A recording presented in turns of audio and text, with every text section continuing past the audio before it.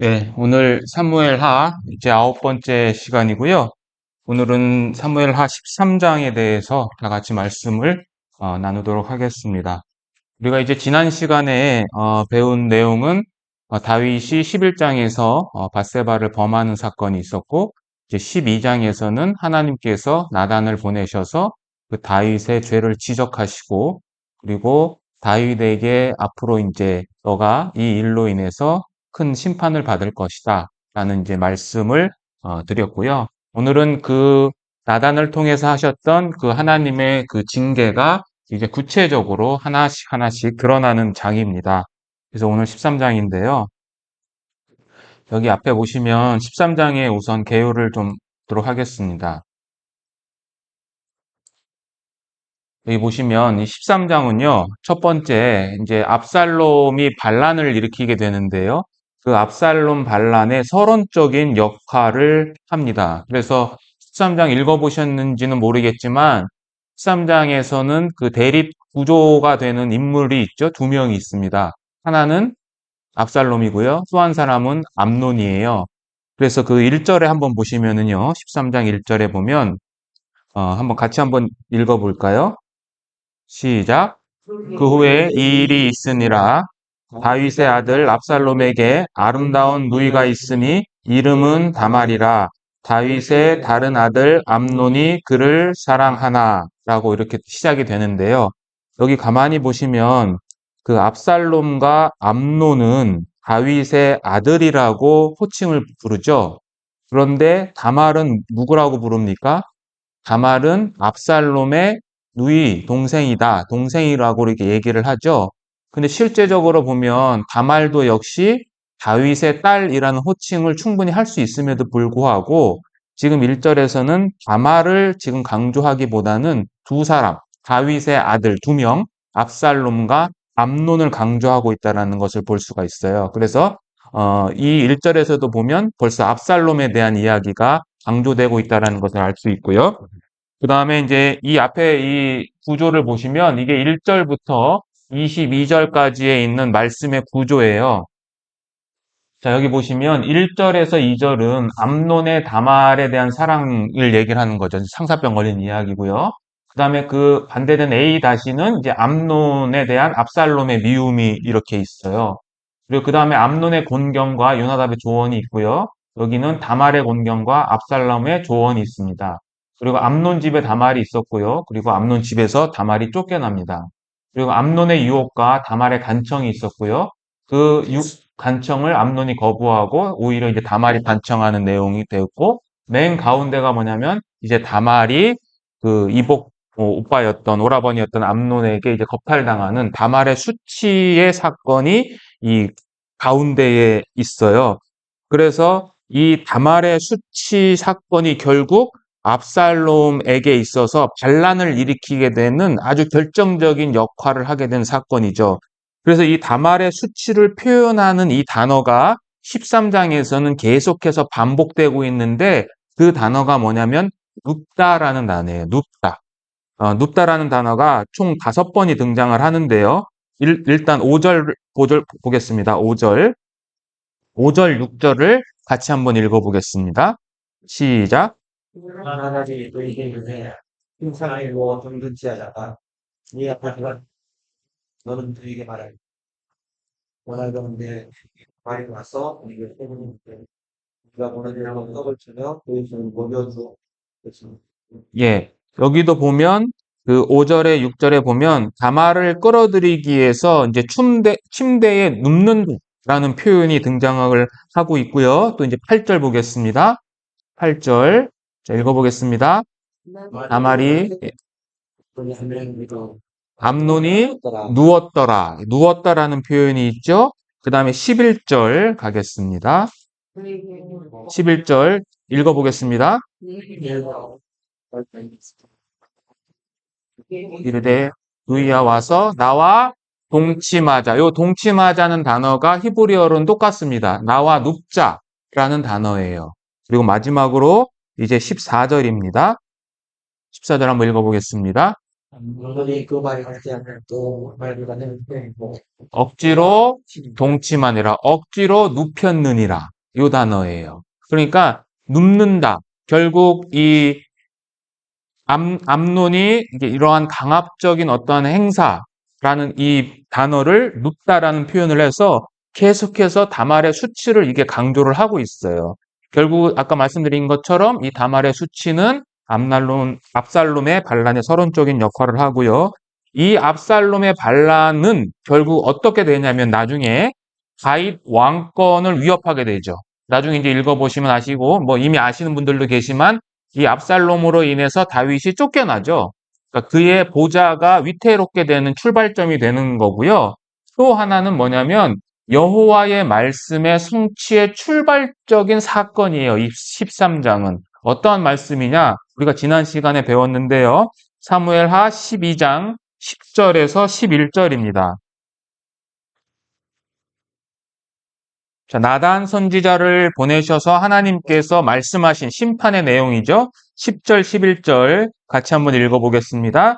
이제 내가 나를 업신여기고 햇사람 우리아의 아내를 빼앗아 내 아내로 삼았은즉 칼이 내 집에서 영원토록 떠나지 아니하리라 하셨고 여호와께서 또 이와 같이 이르시기를 보라 내가 너와 내 집에 재앙을 일으키고 내가 내 눈앞에서 내 아내를 빼앗아 내 이웃들에게 주리니 그 사람들이 내 아내들과 더불어 백주에 동침하리라.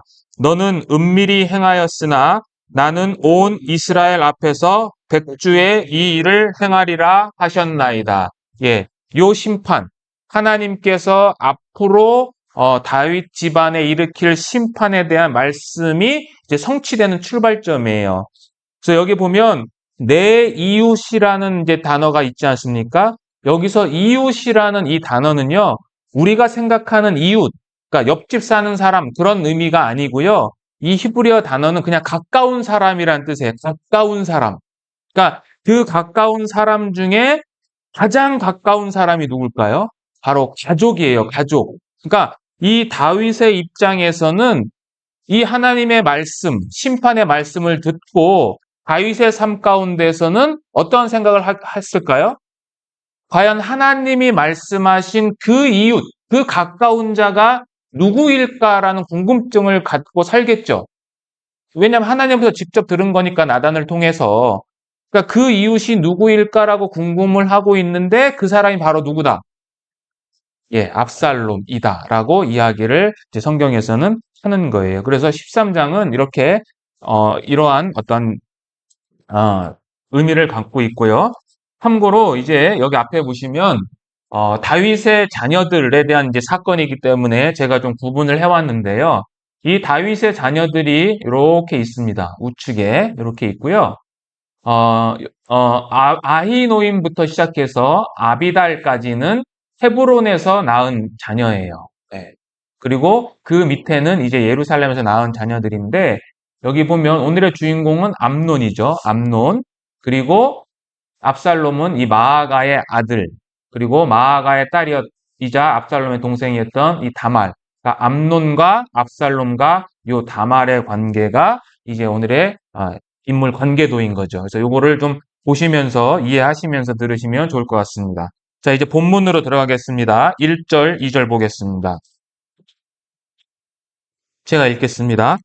그 후에 이 일이 있으니라 다윗의 아들 압살롬에게 아름다운 누이가 있으니 이름은 다말이라. 다윗의 다른 아들 암논이 그를 사랑하나 그는 처녀이므로 어찌할 수 없는 줄을 알고 암논이 그의 누이 다말 때문에 울화로 말미암아 병이 되니라. 자, 여기 보시면 이제 암논이 다말을 향한 이제 상사병이 걸리는 거예요.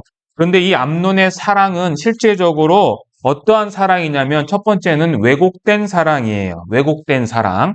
자, 여기서 사랑하다라고 이게 번역된 이 단어는 어떠한 의미를 갖고 있냐면 원래 그냥 순수한 사랑 또는 결혼을 의미하기도 해요. 이 단어가. 그런데 이 72역에서는 뭘로 번역을 했냐면 이 히브리어 성경을 우리가 사랑하면 헬라어로 여러 종류가 있는데 여러분들 아가페라는 단어를 많이 들어보셨죠? 그 아가페라는 단어를 72역에서는 굳이 사용을 했어요. 그러니까 이 왜곡된 사랑이라는 것은 두 가지의 의미가 있는데 첫 번째는 그런 의미라면 만약에 순수한 사랑의 의미를 갖고 있었다라면 시간이 흐름에 따라서 암논의 사랑이 왜곡된 거예요. 그러니까 순수한 사랑이 호색적인 사랑으로 변질되어 가고 있다라는 것을 나타내는 단어예요. 이 첫 번째는. 그리고 두 번째는 이 사랑하다라는 이 동사는 그러한 순수한 사랑이라는 의미를 담고 있기도 하지만 때로는 여성, 특히 여성을 향한 성적 매력에 대한 사랑, 그러니까 오로지 육체적인 매력에 대한 사랑을 표현하거나 때로는 어떨 때는 단순한 성적인 행위를 묘사할 때 사용되는 단어예요. 그렇다면 그런 의미라면 이 단어가 여기서 암논의 사랑은 그냥 육체적인 욕망을 나타내는 거예요. 이 두 가지를 합하면 결국 다말을 향한 암논의 사랑은 왜곡된 사랑이라는 의미를 담고 있고요. 두 번째는 이 암논의 사랑은 금지된 사랑이에요. 자, 왜 금지되냐? 시대적으로 그리고 윤리적으로 금지된 거예요. 자, 시대적 금지라는 것은 뭐냐면 2절에 나와 있어요. 2절에 보면 그는 처녀이므로 어떻게 한다고요? 어찌할 수 없는 상태를 말하는 거거든요. 이게 뭐냐면 당시 처녀들의 거처는 남자들이 가까이 할 수 없는 격리된 장소에 있었고요. 더군다나 이 시대는 오늘날보다도 훨씬 더 가부장적인 시대이기 때문에 이 가부장적인 사회로 인해서 이 부친, 특히 다윗의 특별한 보호를 받고 있었어요. 그렇기 때문에 자신의 이 호색적인 사랑을 표출을 해야 되는데 그것이 시대적인 어떠한 상황에 따라서 할 수 없는 그러한 금지된 사랑이었던 거예요. 그리고 두 번째는 윤리적으로 금지된 사랑이에요. 왜냐하면 지금 암논이 자신의 욕망의 대상으로 생각하는 자가 누구냐면 첫 번째는 누구예요? 바로 결혼하지 않은 처녀라는 거예요. 첫 번째는 욕망의 대상자가. 그리고 두 번째는 그 결혼하지 않은 처녀가 심지어 자신의 동생인 거예요. 여동생. 물론 이복 여동생이긴 하지만 아버지가 같은 핏줄, 그러니까 근친상간이라는 죄를 담고 있어요. 그래서 이 다말을 향한 암논의 사랑은 왜곡된 사랑이고 그것은 해서는 안 되는 사랑이라는 것을 성경에서는 강조하고 있어요. 그래서 상사병이 걸렸어요. 이 우라로 인해 가지고 병이 들렸는데 이 어떠한 육적인 욕망을 해결하기 위해서 가까운 친구가 등장합니다. 이제 3절 가보겠습니다. 3절 암논에게 요나답이라 하는 친구가 있으니 그는 다윗의 형 시므아의 아들이요 심히 간교한 자가 등장을 합니다. 그러니까 요나답이 누구냐? 다윗의 형 시므아의 아들이니까 다윗의 조카이면서 암논과는 어떠한 관계죠? 예, 사촌 관계예요. 이 사촌 관계에 있는 요나답이 등장을 하는데 그 요나답을 성경에서는 뭐라고 표현을 하느냐? 심히 간교한 자다. 심히 간교한 자다. 여기서 간교하다라는 이 히브리어는요, 원래 지혜롭다 또는 현명하다라는 뜻을 갖고 있어요. 그래서 여러분들 그 주석 중에 성경 주석 중에 호크마라는 주석이 있어요. 호크마. 우리 정다면이 성경도 호크마 성경이잖아요. 그 호크마라는 뜻이 지혜예요. 지혜. 근데 그 지혜라는 그 단어가 이 간교한 자와 동일한 어근을 갖고 있어요. 그러니까 원래는 좋은 뜻이에요. 그런데 이 요나답의 행동이 어떤 요나답의 계책이 아주 악한 거기 때문에 여기서 말하는 간교함이라는 것은 다른 표현을 하면 마귀적인 지혜인 거죠. 마귀가 주는 지혜를 가지고 이제 암논에게 조언을 하는 거죠. 자, 4절 한번 읽어봐 주세요. 그러나 암논이 왕자의 숙제하여 나니 이렇게 하리하여 말하냐. 내게 말해주지 아니하겠느냐 하니 암논이 말하되 내가 아우 압살롬의 누이 다말을 사랑함이니라 하니라. 5절은 제가 읽겠습니다. 요나답이 그에게 이르되 침상에 누워 병든 채 하다가 내 아버지가 너를 보러 오거든 너는 그에게 말하기를 원하건대 내 누이 다말이 와서 내게 떡을 먹이되 내가 보는 데에서 떡을 차려 그의 손으로 먹여주게 하옵소서 하라 하니 6절 읽어봐 주세요. 암논이 곧 병든지 하다가 왕이 와서 들을 때 암논이 함께 하는데 원하건대 내 누이 가만히 와서 내가 보는 데에서 여자 두어 개를 만들어 그의 손에서 내게 올려주게 하옵소서. 자, 여기 보시면은요, 요나답의 술책이 굉장히 이제 좋은 표현으로 지혜로운 것을 알 수가 있어요. 자, 요나답의 술책은요, 첫 번째, 가족 구성원의 관계를 이용한 술책이에요.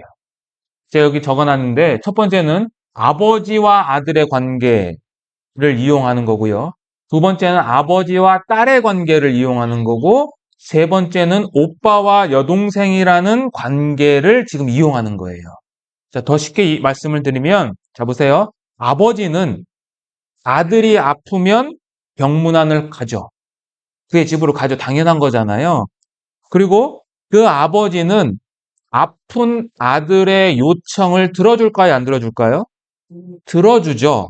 청을 들어줘요. 그래서 아버지와 아들과의 관계예요. 그리고 두 번째는 그 다말은 아버지의 요청을 순종할까요? 안 할까요? 하죠. 당연히 아버지니까. 그죠? 이게 아버지와 딸과의 관계예요. 그리고 마지막으로 여동생이 아픈 오빠를 돌보는 것은 자연스러운 거예요. 그죠? 근데 여기서 요나답이 아주 정말 지혜로운 것을 이 단어를 통해서도 알 수 있는데 5절 한번 다시 보세요. 5절 보시면 자, 너는 그에게 말하기를 그러니까 아버지에게 말하기를 뭐라고 말하냐? 원하건대 그 다음에 뭐라고 하는지 한번 읽어봐 주세요. 내 누이 가만히 와서 예, 보세요. 여기 실제적으로 누구의 누이예요? 더 정확하게 얘기하면 내 누이가 아니라 누구의 누이인 거예요. 그렇죠. 압살롬의 여동생이에요. 그런데 요나답은 그렇게 말하지 말고 네 동생이 나에게 와서 음식을 만들어서 좀 먹여달라고 얘기를 하라. 라고 이 요나답이 이야기를 하는 거죠. 그러니까 굉장히 간교하잖아요. 자, 그리고 이 두 번째는 요나답의 술책은요, 다윗을 이용한 술책이에요. 왜냐면 이 중간에 지금 누가 껴 있냐면 다윗이 껴 있어요. 그죠? 그런데 이 다윗은 지금 어떠한 상태냐면 자, 1절에 그 일이 있은 후에 지금 이 사건을 이야기하는 거잖아요. 바로 12장에서 다윗은 어떠한 사건을 겪게 됐냐면 자신의 죄 때문에 밧세바와에서 태어난 아들이 어떻게 됐어요? 죽었어요. 그러니까 그 아들의 죽음을 경험했어요. 그리고 지금 병든 아들이 누구냐면 자신의 왕권을 이을 장남이에요. 장남. 그러니까 안 올 수 없는 거예요. 이 암논의 요청을. 그러니까 요나답은 그것을 아주 잘하는 거죠. 그러니까 다윗을 굉장히 잘 이용해요. 그리고 세 번째는 병든 모습, 그리고 음식을 이용한 술책이에요. 자, 2절에 암논이 울화로 인해서 병이 들었다고 그랬죠. 자, 실제적으로 병이 들은 거예요. 근데 5절에 보시면 5절에 자, 요나답이 그에게 이르되 침상에 누워 어떻게 하다가 병든 채 하다가라고 하죠. 근데 여기서 이 말은요. 병이 없는데 병이 안 걸렸는데 그 다윗을 유인하기 위해서 거짓으로 병든 채 하라 그런 의미가 아니고요. 2절에서 사용된 병들었다라는 단어와 5절에서 사용된 병든 채 하라는 이 단어는 같은 단어예요. 그러니까 이 말은 뭐냐면 네가 지금 병들었잖아. 그 병든 모습을 노골적으로 보여라. 다윗에게. 그러니까 과감히 그렇게 보여라라는 의미를 담고 있어요. 자, 그리고 요나답은 떡을 만들어 달라고 요청을 해라. 그 아버지에게. 다말을 통해서 그렇게 조언을 해요. 근데 실제적으로 6절에 가시면, 6절에 보면, 자, 6절에 보시면, 이제 내 누이 다말이 와서 내가 보는 데에서 과자 2개를 만들어 그의 손으로 내게 먹여 주옵소서라고 이야기를 하죠. 여기서 이 사건을 모티브하는 단어가 등장을 하는데 이게 뭐냐면 만들다라는 단어하고요. 그 다음에 과자라는 단어예요. 요 만들다라는 단어와 과자라는 단어는 동일하게 같은 히브리어 어근을 갖고 있는데 그 히브리어 어근이 뭐냐면 레브라는 단어예요. 레브. 레브라는 단어는 무슨 뜻이냐? 마음 또는 심장이라는 뜻을 갖고 있어요. 그래서 이 과자 2개는 실제적으로 모양이 어떻게 생겼냐면 하트 모양처럼 생긴 과자예요.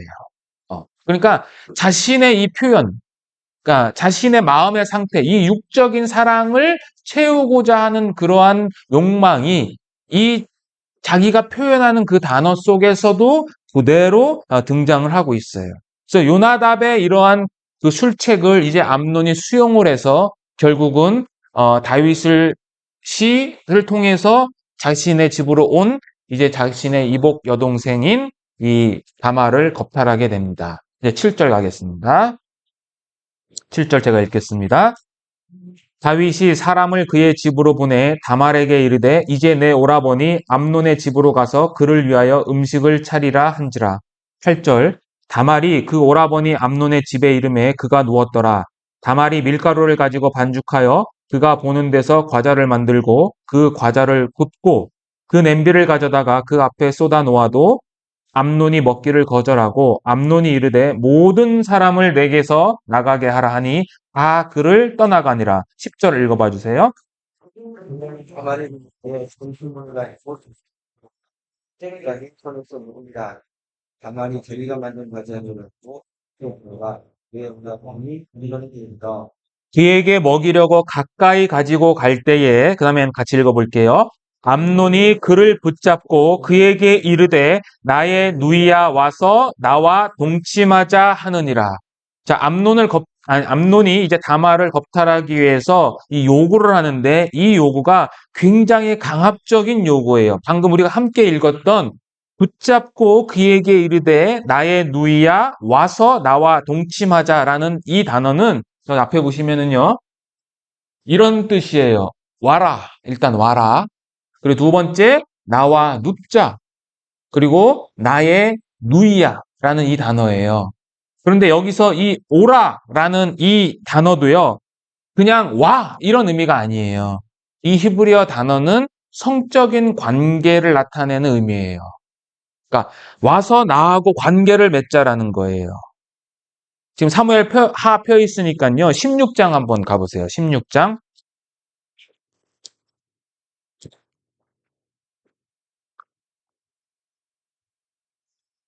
16장 21절. 나중에 이제 압살롬이 반란을 일으키고 난 다음에 그 아히도벨이라는 모사꾼이 이제 대책을 알려준 내용인데요. 21절에 보면 맨 끝부분에 보면 그리하면 후궁들로 더불어 어떻게 하라고 그랬어요? 동침하소서. 요 동침하다라는 이 단어가 방금 우리가 읽은 오라라는 단어와 같은 단어예요, 이게. 그러니까 벌써 이 오라라는 단어에는 성적인 요구를 나타내는 단어예요. 그 다음에 2번째는 뭐죠? 나와 눕자라는 단어. 그러니까 제가 개요에 말씀드렸던 그 단어가 또 등장을 하는 거죠. 2번 연속해서 이 육체적인 관계를 갖기를 원하는 거죠. 그런데 그 앞에 어떻게 되어 있냐면 그를 붙잡다라고 되어 있어요. 붙잡다. 그러니까 강하게 단단히 매는 것을 의미를 하는 거예요. 그러니까 이 암논의 요구는요, 굉장히 강압적인 요구인데 이 강압적인 요구가 보세요. 붙잡았죠. 그죠?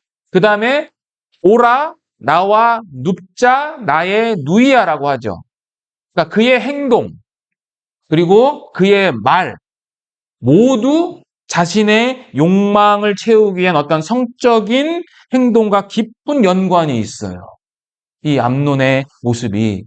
근데 더 과관인 것은 뭐냐면은요. 이 다말을 뭐라고 불러요? 예. 아니지.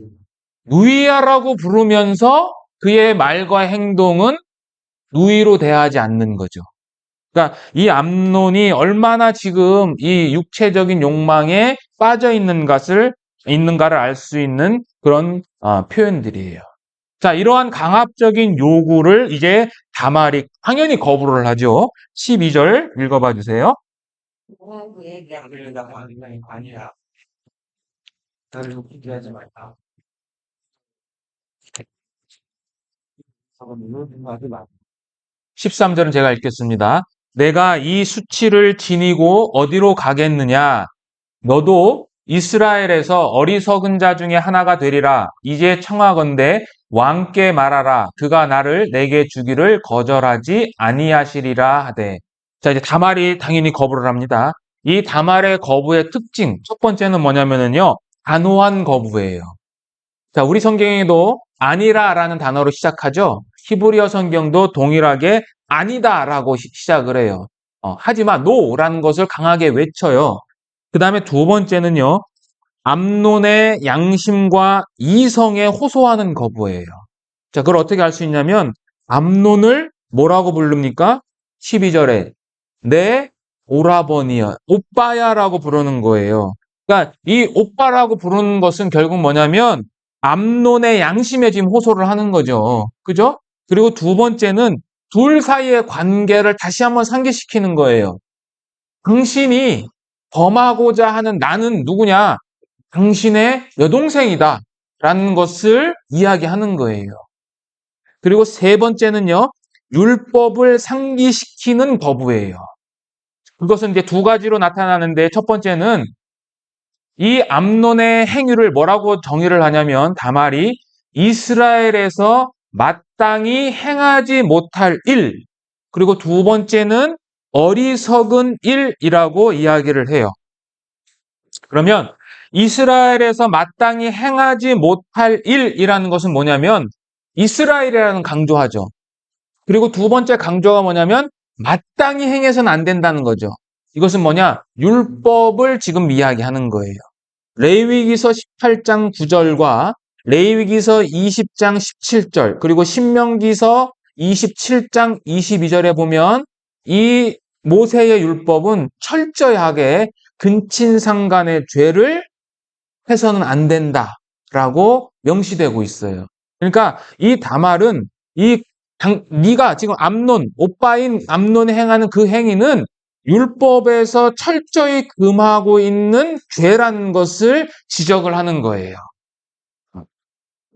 그리고 두 번째는 어리석은 일이다. 당신이 행하는 것은 어리석은 일. 이것도 성경의 내용을 상기시키는 거부예요. 여기서 어리석다라는 이 표현은 구체적으로 그 죄의 성격, 그러니까 암논이 지금 범하고자 하는 죄의 성격을 드러내는 거예요. 그러니까 성적인 범죄를 드러내는 단어예요. 이 어리석다라는 이 단어가.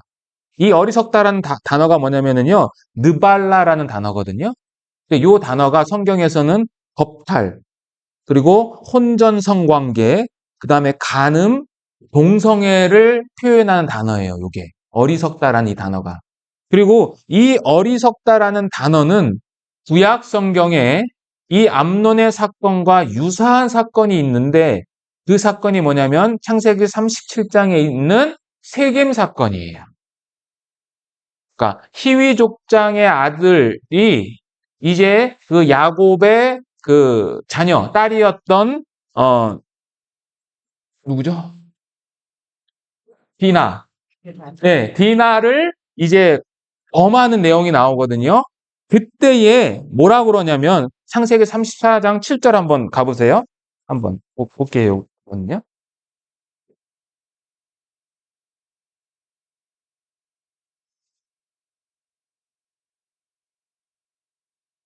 34장 7절에 보면 이렇게 되어 있죠. 이는 세겜이 야곱의 딸을 강간하여 이스라엘에게 부끄러운 일, 곧 뭐라고요? 행하지 못할 일을 행했다. 이 어리석은 일이에요, 이게. 그러니까 그 사건을 이제 연상시키는 이 단어예요. 이 어리석다라는 단어가. 그래서 보세요.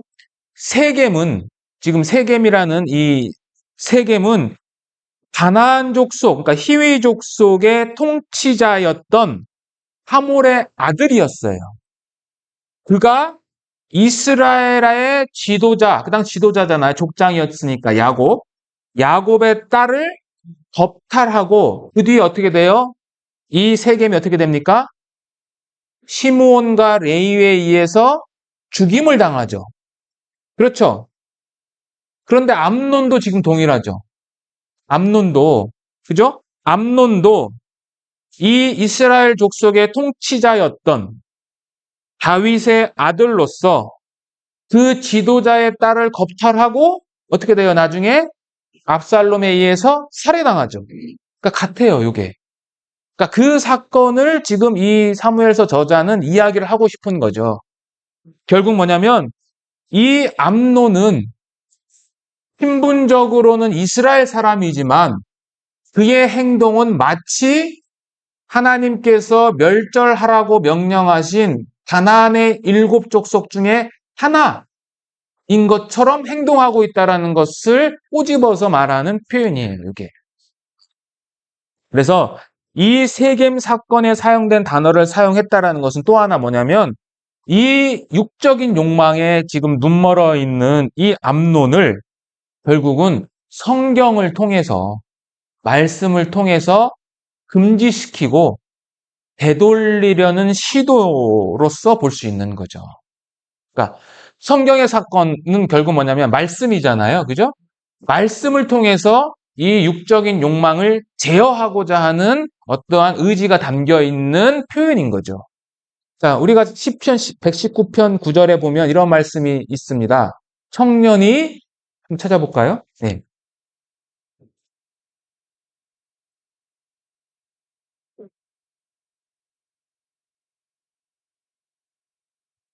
시편 119편 9절과 11절을 한번 보겠습니다.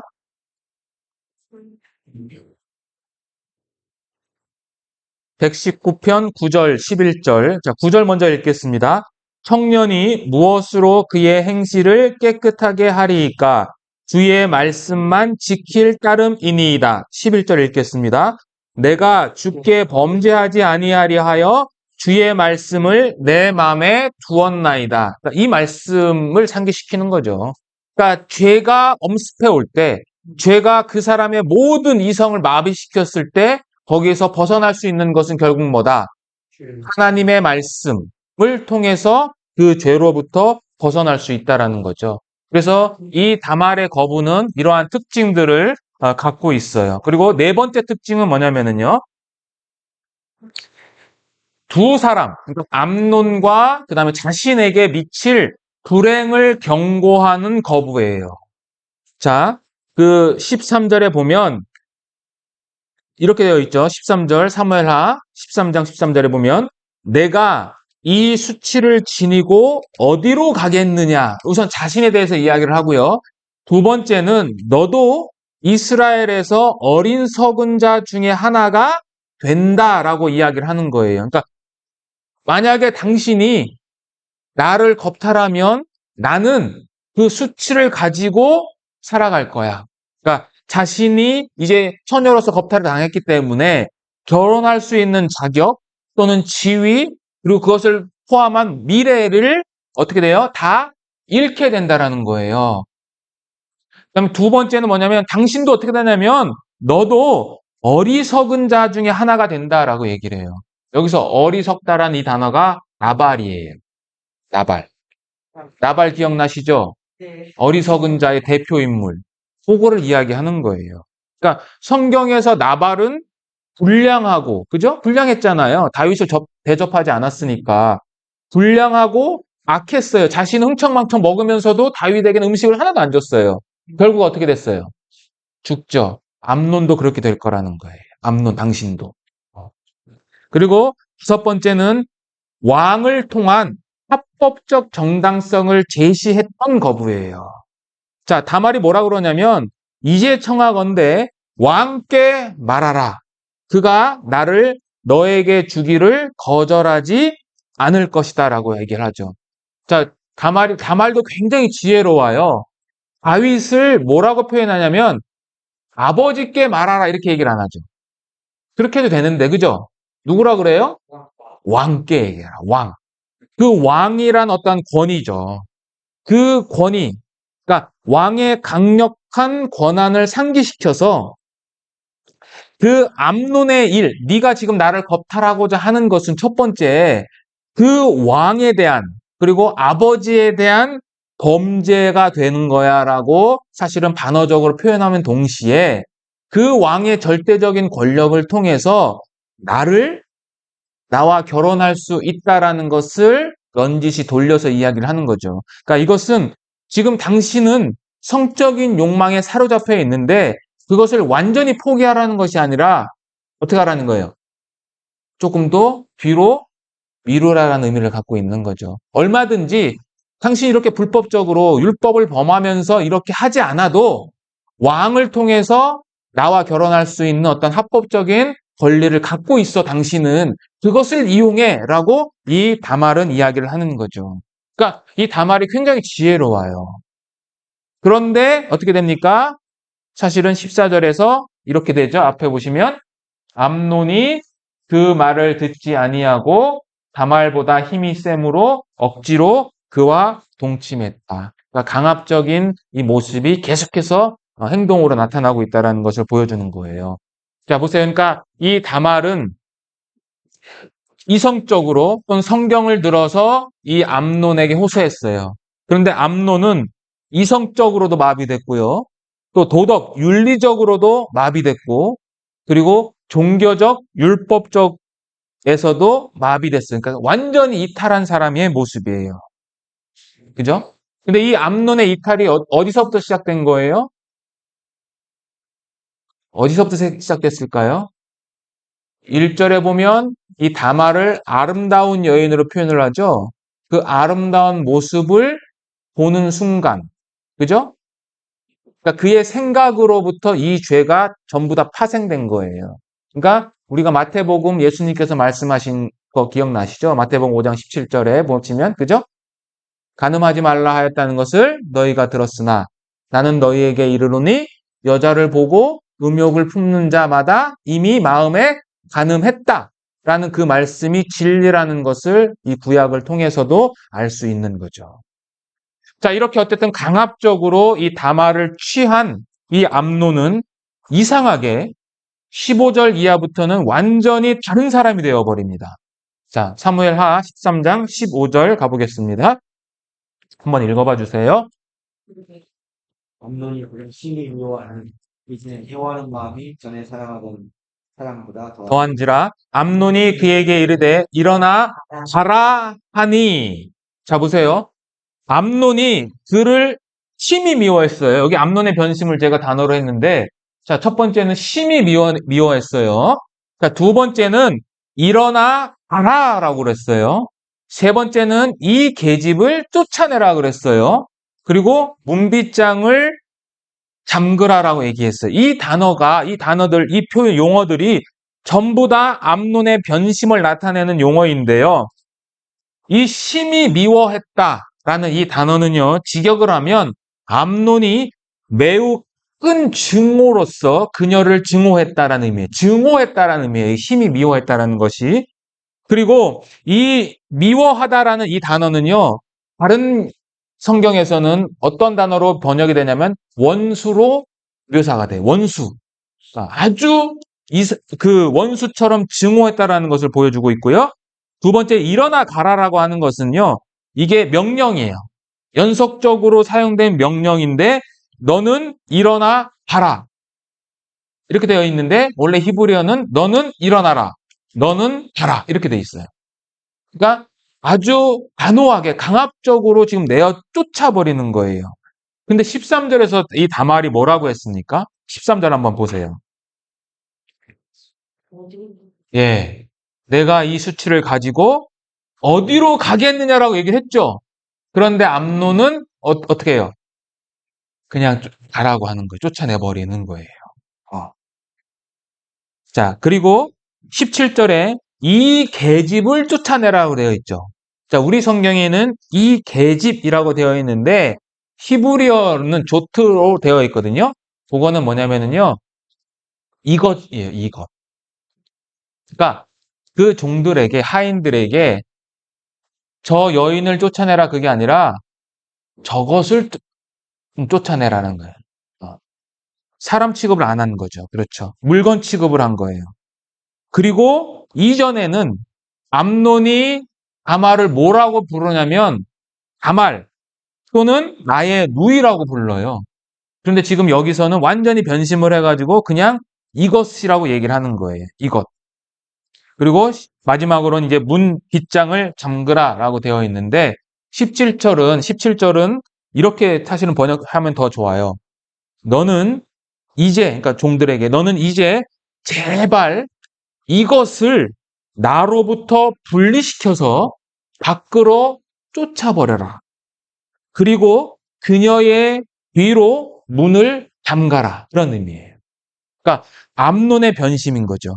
근데 이 암논의 변심은요, 실제적으로 윤리적으로도 문제이긴 하지만 이 두 가지의 의미가 더 담고 있어요. 첫 번째는 율법의 불순종이에요. 율법을 굉장히 모독하는 거예요. 왜?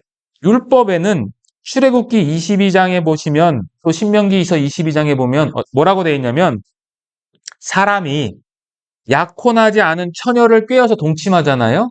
그럼 어떻게 해야 되냐면 그 여인을 돈을 주고 사서 자기의 아내로 삼아야 되는 거예요. 그게 율법이에요.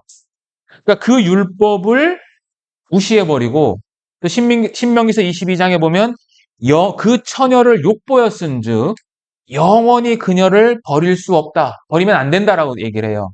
근데 그 율법을 불순종하는 거예요. 그리고 두 번째는요. 이것은 권력형 폭력이에요. 이 암논의 변심은요. 그것을 적나라하게 보여주고 있는 거예요. 왜냐하면 결혼하지 않은 처녀를 겁탈했는데도 불구하고 전혀 법적인 책임을 지지 않는 거죠. 율법적인 책임을 지지 않을 뿐만 아니라 뭐처럼 버리는 거예요? 물건처럼 버리는 거예요. 그러니까 이 암논은 다윗의 후계자예요. 차기 왕이 될 사람인 거죠. 그러한 권력을 가지고 엄청난 폭력을 행한 거죠. 이러한 폭력 앞에 이제 다말은 큰 고통을 호소합니다. 18절 제가 읽겠습니다. 암논의 하인이 그를 끌어내고 곧 문빗장을 지르니라. 그 다음에 읽어봐 주세요. 다말이 세색옷을 입었으니 꿀같이 아니한 옷으로 등장하는 것이다. 네, 19절은 같이 읽겠습니다. 다말이 재를 자기의 머리에 덮어쓰고 그의 채색 옷을 찢고 손을 머리 위에 얹고 가서 크게 울부짖느니라.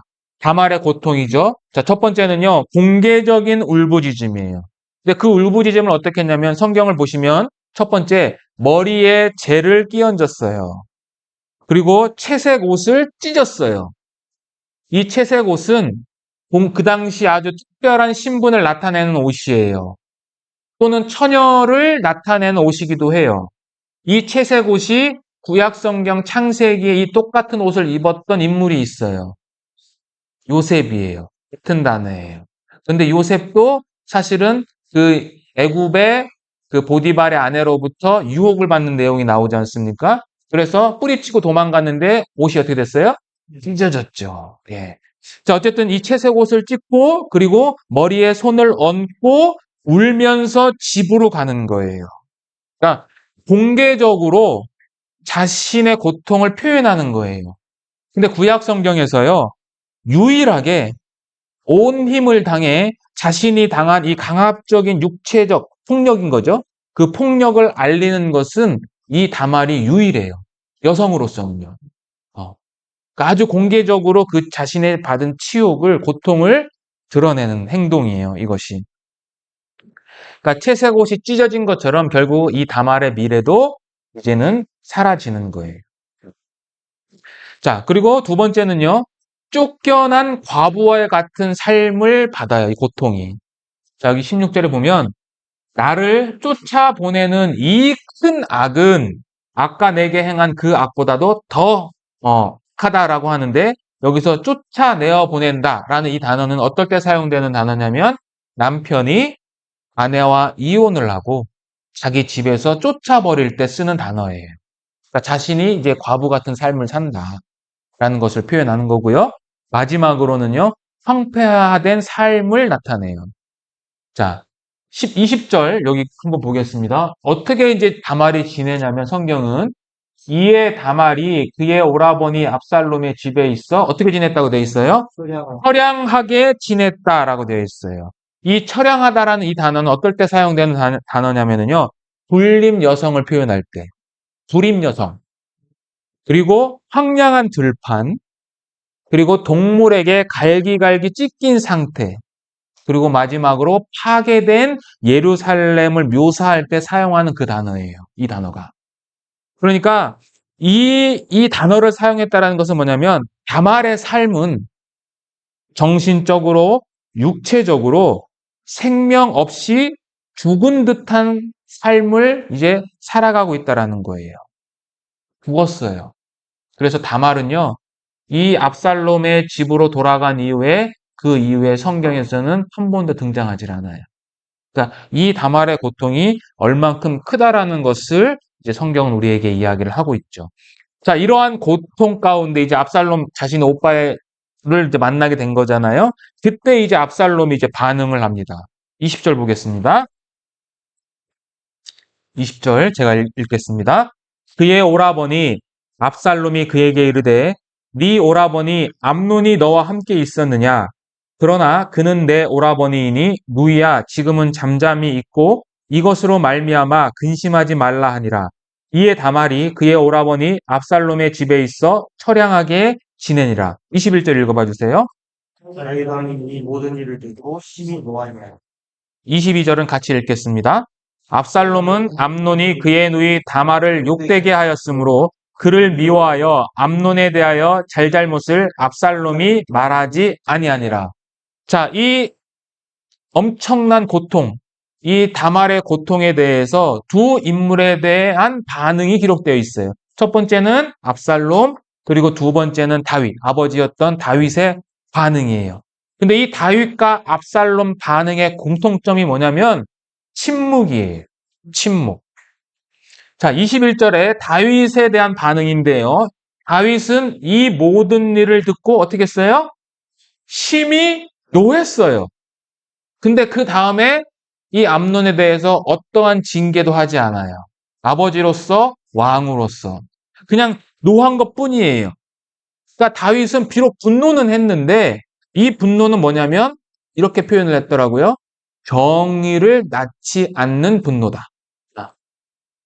그래서 율법에 따르면 원래는 근친상간하면 어떻게 되냐면요. 죽여야 돼요. 처형시켜야 돼요. 근데 다윗은 그렇게 하질 않았어요. 왜 안 했을까요? 왜 안 했을까? 자, 72역에는 그 이유에 대해서 설명하고 있어요. 헬라어 성경에는. 여기 제가 적어놨어요. 자, 한번 같이 한번 읽어볼까요? 그러나 그는 자기 아들 암논의 영혼을 두고 슬퍼하지 않았다. 암논을 사랑했기 때문이고 암논이 자기 아들이었기 때문이다라고 이 72년 성경에는 기록해놨어요. 그러니까 자기 아들을 사랑하기 때문에 징계하지 않은 거예요. 마치 누구와 같습니까? 이 모습이 사무엘서 전반부에 등장하는 누구요? 대제사장이었던 누구요? 엘리의 모습과 동일하죠. 이 다윗의 모습이. 자, 그런데 또 하나는 성경에 이렇게 명시적으로 기록되어 있지 않지만 왜 분노만 하고 침묵을 했을까? 바로 자기가 과거에 저지른 밧세바의 과의 이 죄와 동일해요. 이 암논의 죄가요. 한번 생각해 볼까요? 어떤 면에서 유사할까요? 이 암논의 죄와 다윗 자신이 지은 죄가. 상대의 예상 예, 일반 예. 제가 정리를 해봤는데요. 자, 첫 번째는 뭐냐면 정치 권력을 가진 자들에 의한 강제적인 행위예요. 권력을 가진 자들의 행위. 두 번째는 둘 다 이 다말이나 밧세바를 성경에서는 뭐라고 표현하냐면 아름다운 여인이라고 표현을 해요. 세 번째는 정상적인 결혼을 벗어난 부도덕한 행동이에요. 네 번째는 이 사건들이 그 강압적인 사건이 둘 다 어디에서 일어나냐면 다윗의 침실 그리고 암논의 침실, 즉 개인의 사적인 공간에서 발생을 해요. 그리고 이 사건으로 말미암아 밧세바와 다말은 큰 슬픔을 표현을 해요. 마지막으로 이 두 사건은 다윗의 아들들의 죽음이라는 사건을 초래해요. 밧세바로부터 낳은 첫 번째 아들이 죽고 그리고 이 암논이 죽게 돼요. 그러니까 굉장히 유사해요. 이 사건들이. 그러니까 왜 다윗이 이 암논에 대해서 그러한 왕으로서 또는 아버지로서 적절한 조치를 취하지 않았느냐? 첫째는 70인역에 의하면 뭐예요? 아들을 사랑했기 때문이고 두 번째는 뭐예요? 자신의 죄 때문에 못한 거예요. 근데 이게 결국은 큰 불행의 씨앗이 되는 거죠. 자, 그래서 이 다윗의 침묵은 어떠한 의미를 갖고 있냐면은 어떤 면에서는 암논의 조력자 역할을 하는 거예요. 그죠? 그리고 두 번째는 이 다윗의 침묵은요, 굉장히 불길한 침묵이에요. 왜 불길한 침묵이냐? 여러분들 다윗의 삶을 한번 생각해 보세요. 다윗은 자신이 어려움을 겪을 때마다 어떻게 했습니까? 예, 함께 기도했죠. 그리고 기도를 통해서 응답을 받았고 그 응답대로 다윗의 삶은 바뀌었어요. 그런데 이 성경에는 다윗이 침묵을 했는데 이 성경 어디에도 다윗이 하나님께 기도했다라는 내용이 없어요. 즉 야고보서 표현에 의하면 위로부터 오는 지혜에 대해서 그는 간구하지 않은 거예요. 그래서 불길한 침묵이에요, 이게. 자, 이러한 다윗의 침묵이 이러한 의미를 갖고 있다라면 압살롬은 어떻게 침묵을 한 거냐면요. 20절에 보시면 다말에게 지금 다말이 엄청난 그 정신적 육체적인 고통을 갖고 왔잖아요. 그런데 그 사람에게 큰 고통을 준 암논을 이 압살롬은 뭐라고 부르냐면 뭐라고 불러요? 오라버니라고 두 번이나 얘기를 해요. 이 침묵이에요. 왜 그랬을까? 나중에 또 설명드릴게요. 자, 20절 그래서 하반절에 보면 지금은 어떻게 하라 그래요? 잠잠히 있어라. 잠잠히 있어. 그리고 22절에 가서도 암논에 대하여 잘잘못을 압살롬이 말하지 않았다라고 하는 거죠. 그러니까 압살롬도 사실은 침묵한 거예요. 물론 나중에 복수는 하긴 하지만 이 당시에는 어쨌든 침묵을 했어요. 그래서 압살롬의 침묵의 의미는 뭐냐면 첫 번째는 불길한 징조예요. 결국 2년 뒤에 복수를 하거든요. 그다음에 두 번째는요. 압살롬은 인내심이 굉장히 강한 것 같아요.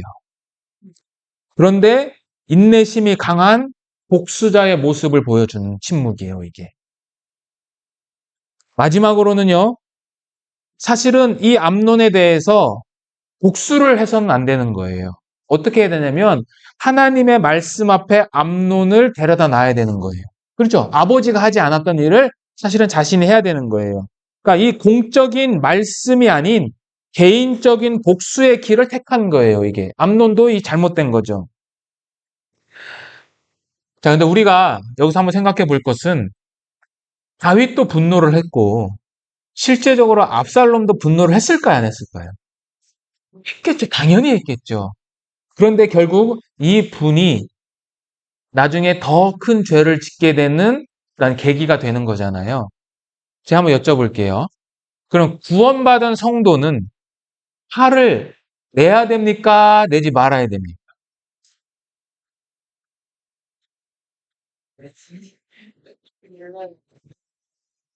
그렇죠. 안 내고 싶다고 안 내지진 않죠. 자, 에베소서 한번 볼게요. 에베소서.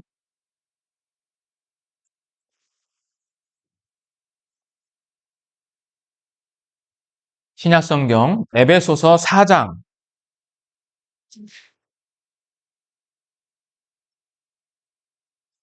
자, 에베소서는 성도들에게 보낸 편지죠. 바울이. 자, 4장 26절 한번 읽어봐 주세요.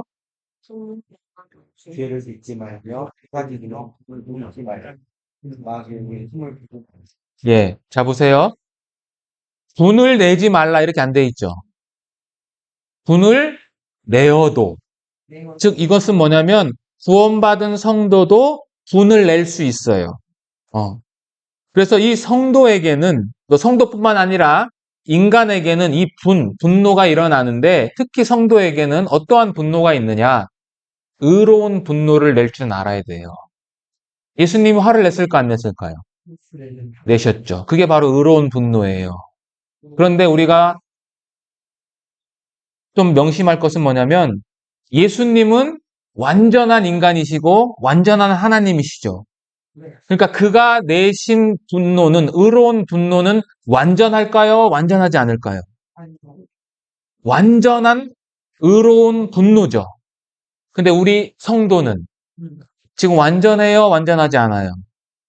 완전하지 않아요. 그렇기 때문에 성도가 내는 분은 의로운 분노로 시작할 수는 있지만 스스로가 완전하지 않기 때문에 그 의로운 분노가 어떻게 되냐면 미움으로 변질될 가능성이 굉장히 높아요.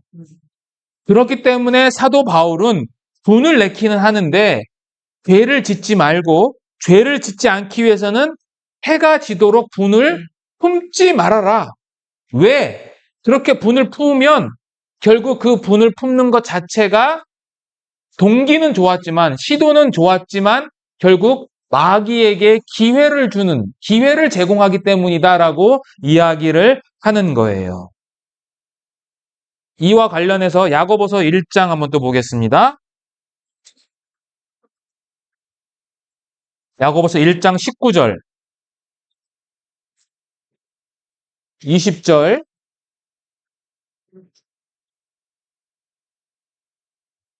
자, 같이 한번 19절, 20절 한번 읽어봐 주세요. 죄를 사랑하는 형제들아 너희가 막상 하고 성내기로 성내기도 더디하라. 사람의 성내는 것이 하나님의 의를 이루지 못한다. 야고보서에서는 뭐래요? 사람의 성내는 것이 하나님의 의를 어떻게 한다고요? 이루지 못한다.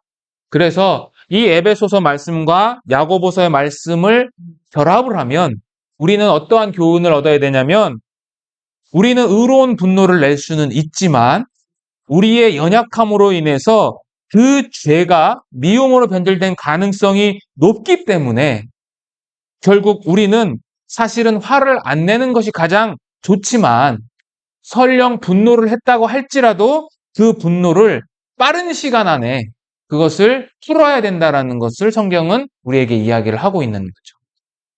자, 어쨌든 이렇게 이제 그 다윗과 압살롬의 어떤 침묵의 반응이 있었지만 결국은 압살롬은 이제 암논을 살해합니다. 23절에서 36절까지인데요. 자, 앞에 보겠습니다. 성경 읽지 않고요. 자, 언제 이제 압살롬이 암논을 살해하느냐? 그 사건이 있은 후로부터 2년이 지난 양털 깎는 날에 그 일을 행해요. 그 장소는 어디냐? 바알 하솔이라는 곳인데 바알 하솔은 예루살렘으로부터 북쪽으로 약 22km 정도 떨어진 곳이에요. 자, 그곳으로 이제 초청을 하는 거죠. 초청을 하는데 방법이 뭐냐? 속임수예요. 역시 속임수예요. 자, 여기서 그 속임수라는 모티브를 보시면은요. 보세요. 압살롬은 다윗을 속이고 암논을 속입니다. 그래서 암논을 유인해가지고요. 살해해버리거든요. 근데 암논 역시 속였어요. 자기 아버지를. 그래서 다말을 유인하죠. 그리고 결국은 다말을 황폐한 인생, 죽은 것과 마찬가지의 삶으로 만들어버려요. 근데 다윗도 마찬가지였어요. 다윗도 밧세바 사건에서 다윗도 속임수를 하죠. 자신의 죄를 덮기 위해서 계략을 꾸미잖아요. 그 결국 누구를 유인하게 만듭니까? 우리아를 유인하게 만들어서 우리아를 살해하죠. 그러니까 이 속임수라는 모티브가 다윗부터 시작해서 암논 그리고 압살롬으로 이어지는 것을 보여줘요. 근데 이 두 가지 암논과 압살롬의 사건에서 이 둘 다 누구를 속이는 거냐면 다윗을 속이는 거죠. 아버지인 다윗을 속이는데 그 아버지가 그것을 눈치채요, 못 채요? 못 채요. 굉장히 이 다윗이 기존과는 다르게 굉장히 영적으로 지금 민감하지 못한 상태에 있다라는 것을 보여주고 있는 거죠.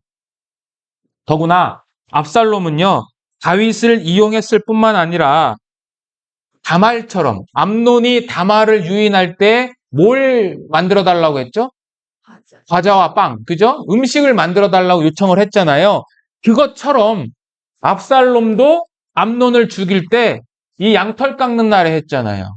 양털 깎는 날은 이스라엘의 축제의 날이거든요. 그러니까 연회가 일어나는 날이에요. 그러니까 식사 도중에 누굴 죽인 거예요? 예, 암논을 죽인 거예요. 그러니까 똑같이 복수한 거예요. 이 압살롬이. 예. 굉장히 강한 이 집념과 복수심을 갖고 있었다는 것을 알 수 있죠. 그래서 사건이 어떻게 전개가 되냐면요. 어떻게 하냐면 이제 압살롬이 다윗과 왕의 아들을 연애 장소로 초청을 합니다. 압살롬이. 그런데 다윗은 거부를 해요. 아, 나는 안 간다. 그랬더니 그러면 암논만은 꼭 보내달라라고 이야기를 해요. 근데 다윗이 이것을 조금 이상하게 여기긴 합니다. 성경에 보면 왜 암논을 보내야 되느냐라고 표현을 하는데 그럼에도 불구하고 그 암논을 보내달라는 요청을 이제 허락을 합니다. 그래서 결국 암논이 가게 되는 거죠. 그래서 그 연회 장소에서 압살롬이 자신의 부하들에게 암논을 죽이라고 명령을 합니다. 그러나 그 명령을 두려워해서 부하들이 죽이기를 꺼려해요. 왜 꺼려했을까요? 예, 그렇죠. 맞아요. 다윗이 과거에 했던 행위를 아는 거예요.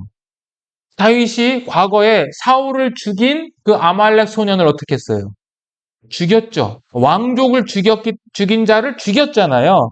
마찬가지예요. 자기들도 지금 압살롬이 이제 암논이 죽으면 이제 계승자가 되지만 지금 실권자는 누구예요? 암논이죠. 그 암논을 죽이게 되면 그에 대한 죄의 대가를 자기들이 받을 줄 아는 거예요. 그래서 부하들에게 그 책임을 누가 보증한다. 걱정하지 말고 내가 보증하겠다. 그러면서 우리가 자주 듣는 두려워하지 말라라는 표현을 그대로 쓰죠. 그래서 그 명령대로 이제 그 부하들이 암논을 살해해 버립니다. 그리고 나머지 이제 왕자들은 노새를 타고 다 도망가요. 자, 그 소식을 이제 다윗이 듣게 됩니다. 암논의 살해 소식을 듣죠? 그래서 다윗은 옷을 찢고 땅에 엎드립니다. 여러분들이 다윗이에요. 자, 옷을 찢었어요. 암논, 자신이 사랑했던 그 암논이 죽었어요. 그리고 땅에 엎드렸어요. 땅에 엎드려서 무슨 생각을 했을까요? 네. 아마 다윗은, 제 생각에는 다윗은 나단을 통해 하나님이 말씀하신 그 이웃이 압살롬이구나 라는 것을 알게 됐을 거예요. 자, 그리고 그때에 이제 다윗이 이제 모든 왕자들이 다 죽은 줄 알고 더 슬퍼할 때 요나답이 다시 등장을 해서 요나답이 그렇지 않다. 아마 압살롬은 암논만 죽였을 것이다 라고 하는 매우 정확한 통찰력을 보여주죠. 이 요나답은 참 이상한 인물인 것 같습니다.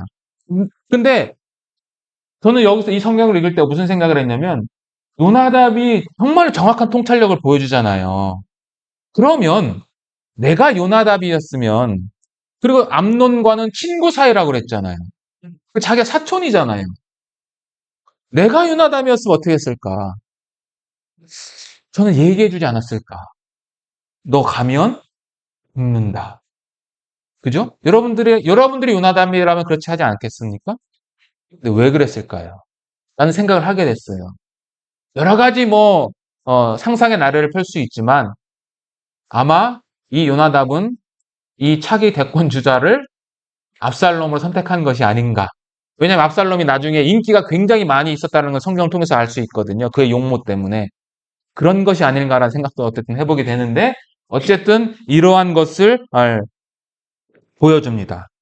근데 이 사건 속에서 우리는 사실은 하나님의 의로운 어떠한 그 징계를 또 볼 수 있어요.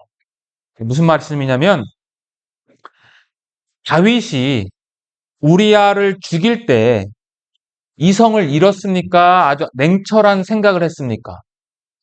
이성을 잃어서 죽였어요? 아니죠. 냉정하게 생각했죠. 그러니까 전쟁터에 보내서, 앞에 보내서 적군들로 하여금 죽이라고 계획을 한 거잖아요. 그러니까 의도적인 거잖아요. 냉철하고 의도적인 거잖아요. 압살롬은 이 계획을 실행시키기 위해서 몇 년을 준비한 거예요? 2년을 준비한 거예요. 2년.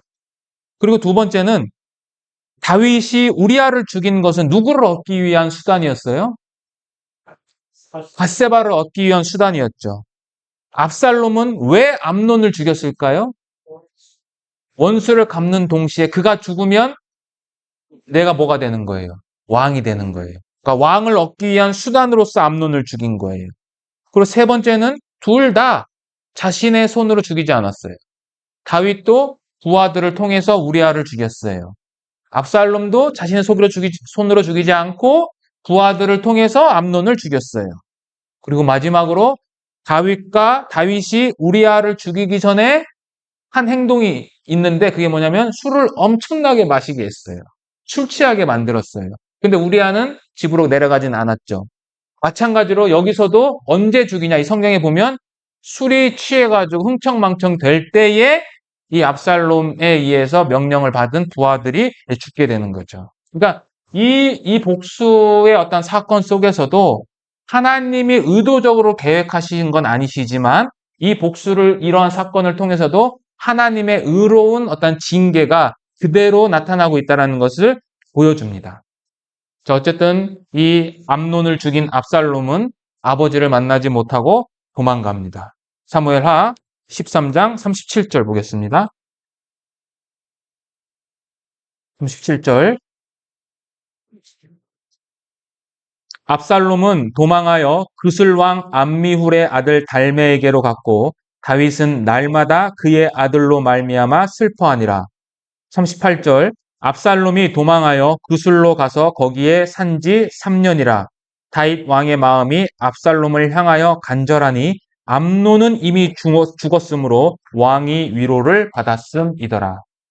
자, 여기 보시면 이제 도망가죠. 그술 땅에 있는 그 왕 달메에게 갑니다. 그술이란 나라는 갈릴리 북동쪽에 있는 나라였고요. 달메는 누구냐? 압살롬의 외할아버지였어요. 그리고 도피는 몇 년 동안 하냐? 3년 동안 도피를 하고요. 그 3년의 도피 동안에 다윗은 이제 아들을 잃은 암논은 이미 죽었기 때문에 잊어버린 거예요. 더 이상 개념치 않는 거죠. 그리고 이 압살롬의 때문에 큰 슬픔을 겪게 되는 거죠. 그러니까 이 2년, 그 다음에 3년, 5년을 지금 이 다윗은 굉장히 비통한 삶을 살아가고 있는 거죠. 자, 이제 마지막입니다. 자, 보세요. 지금 11장부터 시작해서 오늘 배우신 13장까지를 이 범죄라는 주제를 가지고 보면 이렇게 돼요. 첫 번째는요, 다윗이 범죄를 했어요. 그죠?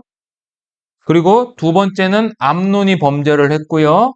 세 번째는 압살롬이 범죄를 했어요. 자, 이것은 어떻게 되는 거냐면 이렇게 보시면 됩니다.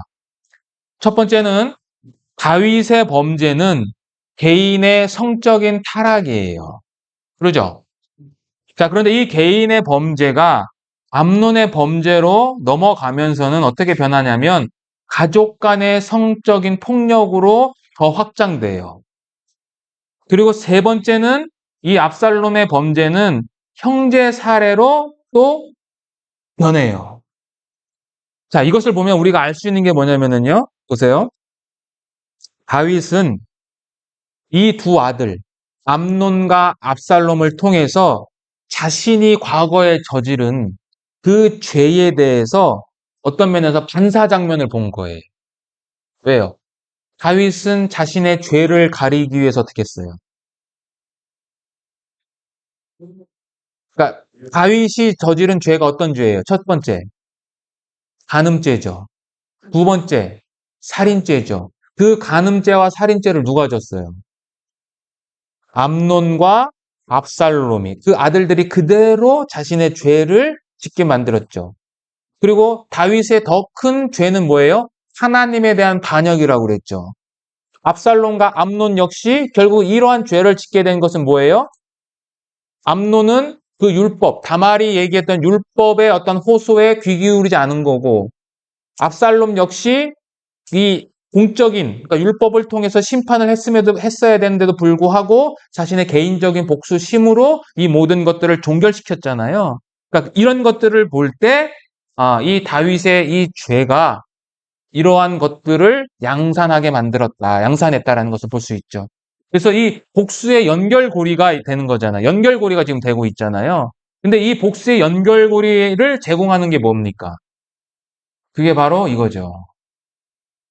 그러니까 개인의 타락이 가족 간의 어떠한 이 문제, 그리고 나중에는 자신의 왕권이 찬탈되는 문제로 점점 확장되는 것의 시발점이 뭐냐? 바로 다윗 자신의 개인의 범죄라는 거죠. 개인의 한 사람의 범죄. 그러니까 이것은 교회 공동체에게도 동일하게 적용이 돼요. 고린도전서에 보면 그래 있죠. 너희가 성전을 더럽히지 말라. 너희가 성전인데 성전을 더럽히지 말라. 성전을 더럽히면 어떻게 한다고? 하나님이 너희를 멸하신다라고 그랬어요. 그러니까 우리 각 사람의 개인의 삶이 결국은 옆에 있는 형제 자매, 그리고 더 크게는 교회 공동체에게 영향을 줄 수 있다라는 것을 성경을 통해서 우리는 알 수 있는 거죠. 그래서 하나님은 이러한 다윗의 죄, 그리고 그에 대한 심판을 어쨌든 행하셨죠. 그러나 오랜 시간이 걸렸잖아요. 그래서 터툴리안이라는 옛날에 그 교부 신학자가 있었는데 그분이 이런 표현을 했거든요. 하나님의 이 연자 맷돌은 천천히 돌아가는데 아주 잘게 부숴버린다. 라고 하는 것처럼 이 다윗의 가정 그리고 왕권이 풍지박살되는 모습을 이제 성경을 통해서 계속해서 보여주고 있습니다. 네, 오늘은 여기까지 하시고 다음 시간에 또 계속해서 말씀을 드리도록 하겠습니다. 네, 같이 기도드리고 마치겠습니다.